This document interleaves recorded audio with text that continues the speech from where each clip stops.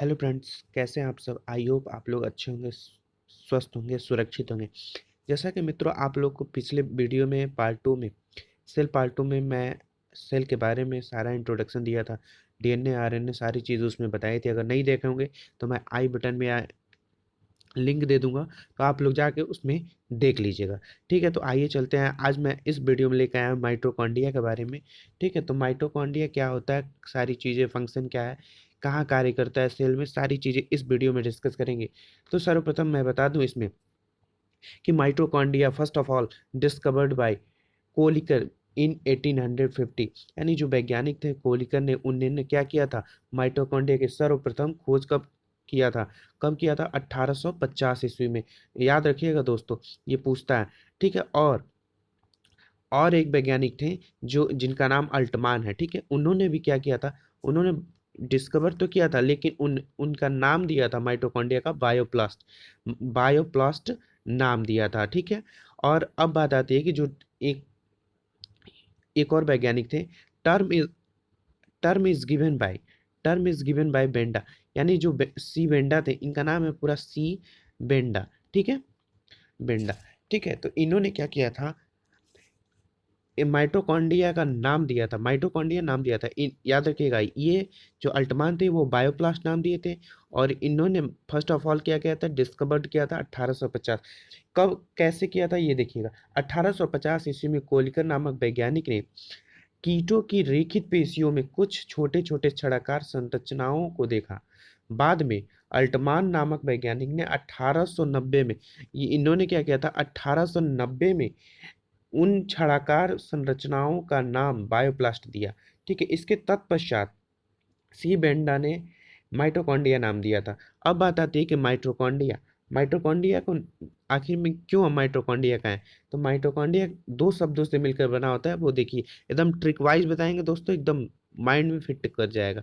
ठीक है, तो देखिए माइटोकॉन्ड्रिया दो शब्दों से मिलकर बना है। कौन कौन, तो माइटोस और कॉन्ड्रियन। देखिए मित्रों, यहाँ पे लिखा हुआ है माइटोस। माइटोस यानी थ्रेड, माइटोस का मतलब होता है थ्रेड लाइक यानी धागे के समान। ठीक है, धागे के थ्रेड लाइक यानी धागे के समान, और कॉन्ड्रियन का मतलब होता है ग्रेन्यूल्स, यानी जो धागे के समान संरचना पाई जाती है उस पर जो ग्रेन्यूल्स पाए जाते हैं उसे माइटोकॉन्ड्रिया नाम दिया। ठीक है, तो इस चीज दोनों माइटोस और कॉन्ड्रियन से मिलकर बना होता है। माइटोकॉन्ड्रिया की उपस्थिति सभी यूकैरियोटिक कोशिकाओं में पाई जाती है। आप लोग को बताए थे कि सभी यूकैरियोटिक और प्रोकैरियोटिक, अगर नहीं जानते होंगे तो आप लोग पिछले वीडियो में मैं सारी चीज में न- उसमें बताया है, तो उसमें आप लोग जाकर देख लेंगे, मैं आई बटन में लिंक दे दूंगा। तो आइए चलते हैं फिर। अब बात आती है कि इट इज, इसे और भी क्या कहते हैं। ठीक है, तो इसे कहते हैं it is second largest part of cell. यानी जो सेल का यानी कोशिका का सेकेंड लार्जेस्ट यानी सबसे बड़ा भाग होता है, दूसरा सबसे बड़ा भाग होता है। ठीक है, तो अब बात आती है कि हम लोग इसको और किस स्पेसिफिक नाम से जानते हैं। तो स्पेसिफिक नाम क्या है, mitochondria is called as power house of the cell.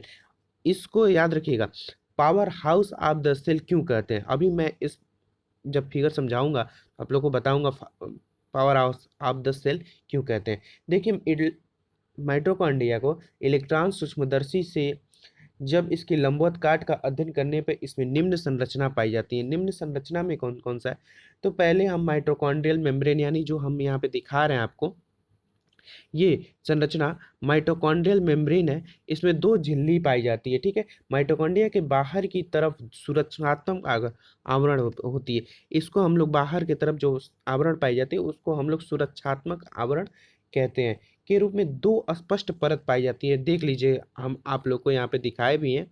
ठीक है, ये बाहर वाली झिल्ली को आउटर मेम्ब्रेन कहते हैं, और इनर वाली झिल्ली को इनर मेम्ब्रेन कहते हैं। अगर इसमें नहीं समझ में आया तो देखिए हम दिखा दे रहे हैं आप लोग को फिगर से। देखिए यहाँ पे दिखाया गया है। ठीक है, ये देखिए जो बाहर वाली परत है वो उससे आउटर मेम्ब्रेन कहा गया है। यहाँ पे देखिए, यहाँ पे आउटर मेम्ब्रेन, यहाँ पे इनर मेम्ब्रेन कहा गया है। ठीक है, और इसमें जो आउटर मेम्ब्रेन होता है, वो आउटर मेम्ब्रेन का कार्य क्या होता है, आउटर मेम्ब्रेन माइटोकॉन्ड्रिया का जो बाहरी आवरण कोशिका द्रव्य के संपर्क में रहता है। यह एक सुरक्षात्मक आवरण है। ठीक है। और इनर मेम्ब्रेन क्या करता है, इनर मेम्ब्रेन अंदर पाए जाने वाले विशेष तरल पदार्थ, जो इसके अंदर ये तरल पदार्थ पाए जाते हैं, ठीक है, तरल पदार्थ जिसमें मैट्रिक्स कहते हैं। देखिए यहाँ पे मैट्रिक्स भी दिया हुआ है, यहाँ पे मैट्रिक्स दिया है ना, ये मैट्रिक्स है, ठीक है, जो ब्लू कलर का दिख रहा है आप लोग को, ये मैट्रिक्स कहते हैं इसको, कि चारों तरफ बांध रखने का कार्य इनर मेम्ब्रेन का होता है। जो इसके चारों तरफ देखिए ये व्हाइट वाला जो बना है ना उंगली नुमा संरचना, उसको क्या कर रहा है, मैट्रिक्स को बांधे रख रहा है, ठीक है। अब बात आती है कि इसमें क्रिस्टी भी दिया है, देखिए यहाँ पे क्रिस्टी दिया है। तो क्रिस्टी के जो उंगली नुमा हमने बताया भी था, जो पादप कोशिकाओं में इनर मेम्ब्रेन में कुछ उंगली नुमा के समान संरचनाएं होती हैं, ठीक है, जिसे हम लोग क्या कहते हैं, मैट्रिक्स में दसी होती हैं। ये जो मैट्रिक्स है उसमें दसी होती है, उसे हम लोग क्रिस्टी कहते हैं, ठीक है। अब बात आती है, इसमें देखिए दिया नहीं है लेकिन हमने बता दिया कि जो इस पे F1 पार्टिकल पाई जाती है, ठीक है, जो ट्रिब्यूली के ऊपर, यानी जो ये उंगली नुमा संरचना है ये, ठीक है, इसके ऊपर रैकेट के समान इसमें ऐसे संरचना पाई जाती है। जब आप लोग इलेक्ट्रॉन सूक्ष्मदर्शी से देखेंगे तो इसमें सारी चीज़ें आप लोग को दिखेंगी। तो इसमें संरचना पाई जाती है, ठीक है, रैकेट के समान। उसमें F1 कण यानी F1 पार्टिकल रहते हैं, उसे और भी क्या कहते हैं, F1 पार्टिकल के वही क्या कहते हैं, ऑक्सीसोम भी कहते हैं, ठीक है, ऑक्सीसोम। अब बात आती है कि जो माइटोकॉन्ड्रिया होता है उसे एक नाम और से जानते हैं, फास्फोरिलेटिंग सिस्टम की सहायता प्रदान करता है। ये जो माइटोकॉन्ड्रिया होता है फास्फोरिलेटिंग सिस्टम में सहायता प्रदान करता है। अब देखिए जो माइटोकॉन्ड्रिया होता है, माइटोकॉन्ड्रिया के भीतर पाए जाने वाले रासायनिक पदार्थ, हमने बताया था कि अभी इस जो फिगर दिखाया था आप लोगों को, उसमें बताया था कि जो इसमें मैट्रिक्स में पदार्थ पाए जाते हैं, क्या क्या पाए जाते हैं याद रखिएगा, प्रोटीन पाया जाता है, ठीक है, फास्फोलिपिड पाया जाता है, आरएनए पाया जाता है, तथा डीएनए पाया जाता है, और कुछ अन्य पदार्थ भी पाए जाते हैं। और कितना कितना पाया जाता है ये देखिएगा, मैं बता दूं कि जो प्रोटीन होता है, प्रोटीन वो 65 से 70% पाया जाता है इसमें, ठीक है। फास्फोलिपिड कितना पाया जाता है, 25%, यानी 25% फास्फोलिपिड पाया जाता है, ठीक है। और आरएनए कितना पाया जाता है, आरएनए, आप लोग को इसका फुल फॉर्म याद है तो कमेंट बॉक्स में कमेंट करके हमें बताइएगा, ठीक है। तो आरएनए कितना पाया जाता है, 0.5%, 0.5%। और डीएनए कुछ मात्रा में पाया जाता है। डीएनए क्या होता है, डीएनए डीएनए डीएनए इसमें कुछ मात्रा में डीएनए पाया जाता है। तो डीएनए का अगर फुल फॉर्म होगा तो दोनों आरएनए और डीएनए का फुल फॉर्म पता होगा तो कृपया आप लोग कमेंट बॉक्स में कमेंट करके हमें बताएं, ठीक है।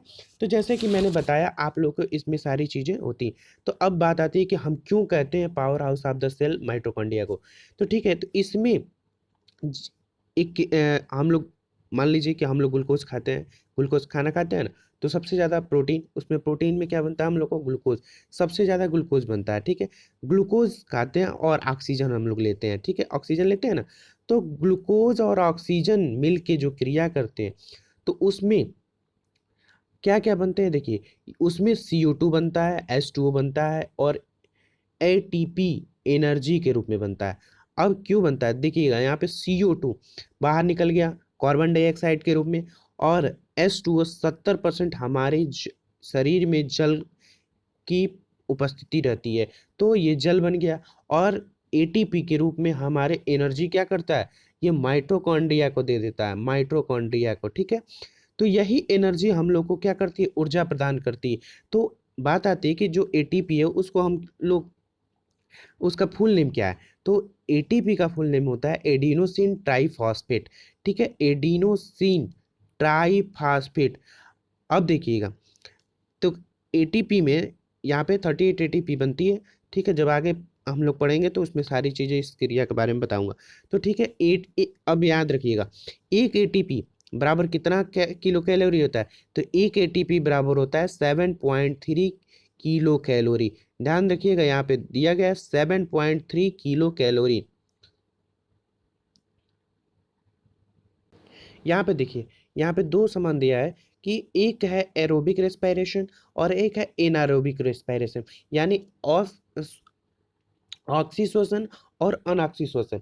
ठीक है, तो इसमें माइटोकॉन्ड्रिया के कार्य में बता दें, माइटोकॉन्ड्रिया को पावर हाउस कहते हैं, याद है, कोशिका का पावर हाउस।